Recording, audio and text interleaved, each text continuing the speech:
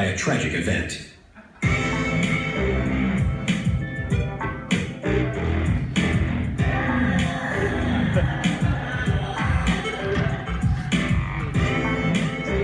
Stephen Hawking's journey into the world of hip-hop began on a quiet June evening in 1998 at the University of Cambridge. While heading home after a late lecture, Stephen passed by Clare Hall, where the legendary hip-hop band The Beastie Boys were in the heat of a spirited performance. The sounds that Stephen heard emanating from that hall would change his life forever. When I entered Clare Hall that night, it was like a revelation. I had never heard anything like it before. The pounding complex rhythms, the intricate rhymes, the energy. I knew I had to be part of it. At that moment, MC Hawking was born. Stephen attacked his new passion with the same fervor and enthusiasm that he had once reserved for his scientific work. However, the single-minded dedication Stephen was showing to his new passion had a significantly detrimental effect on his scientific endeavors, and inevitably, his colleagues began to notice. Stephen and I had been working on a paper about the density matrix of the universe. The paper was coming together nicely and we were getting very close to publication when Stephen suddenly just stopped collaborating with me. After several failed attempts, I was finally able to get Stephen on the phone. When I asked him about the status of the paper, he told me, "Step off, bitch. I'm working on my floor. I've got time for egghead bullshit." In December of 1998, Stephen entered a small recording studio and recorded a 3-song demo. However, he was unable to find a record label interested in signing a nerdy, white, gangster rapping scientist. Refusing to allow this setback to derail his dream, Stephen decided to distribute the demo himself. In 2000, he released The Hawkman Cometh, a now classic 3-song EP that first introduced the world to the pounding rhythms and labyrinthine flow of MC Hawking. Consider this a warning, your first and last. I hit the sea, it's like a bomb blast. I am become death, the destroyer of worlds G. Only cometh and I bring hell with me. The breakout track of the EP, however, was the soon-to-be iconic anti-creation science anthem, The Creationists. Every time I think of them, my greater being wishes. They want to have their book talk in public press. Steve J. Gould just put his foot right up their ass. The EP was both a critical and a commercial success, selling over 50,000 copies in 1 year. Impressive sales figures for an album with no label support. Now, the record companies were paying attention. In early 2001, Stephen signed with Brash Records to produce his first full-length studio album. 1 year later, The Big Bazang was released. The recording covered topics ranging from traditional rap themes to tracks inspired by scientific subjects. The album was also the first indication of Stephen's now well-known rivalry with the Massachusetts Institute of Technology. I remember a conference I attended with Steve that included a delegation from MIT.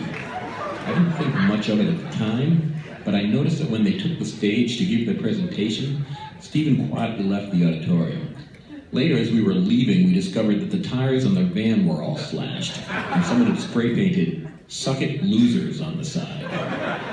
Could never prove it was Stephen, but...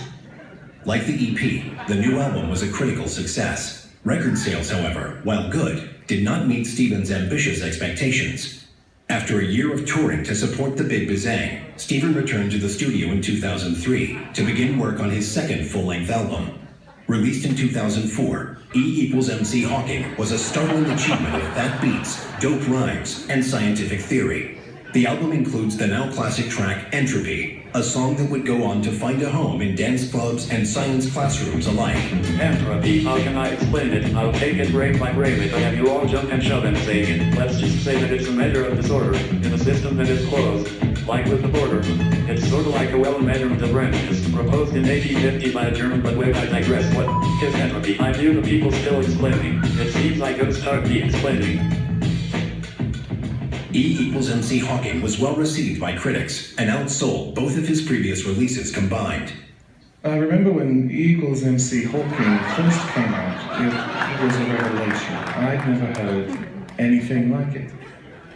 Everybody has a favorite song on that album, but for me, It will always be about the opening track, a brief dissertation on gravitational entropy, quantum cosmology, and the anthropic principle. I love that song. Hard to dance to, though.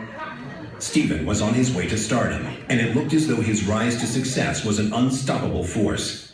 However, unbeknownst to Stephen, the immovable object of tragedy lay just on the horizon. While preparing for his second world tour to support the new album, catastrophe struck. Stephen had a scientific breakthrough.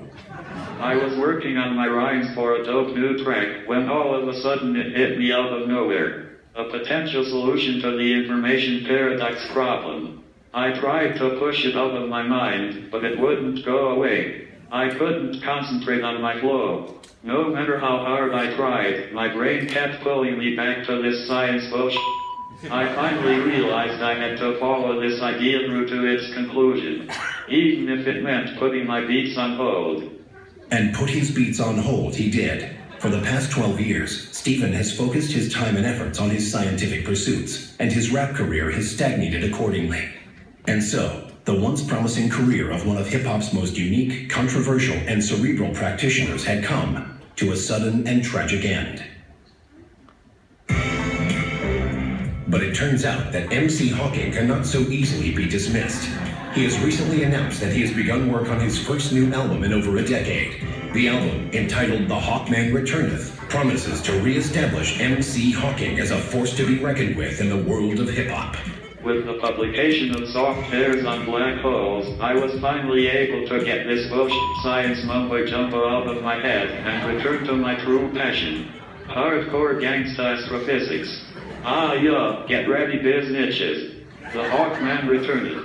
And I'm bringing some dope-ass rhymes with me. And now, ladies and gentlemen, please welcome MC Hawking and MC Lars, performing a track from MC Hawking's upcoming release, The Hawkman Returneth, the never-before-heard single, Fear of a Black Hole.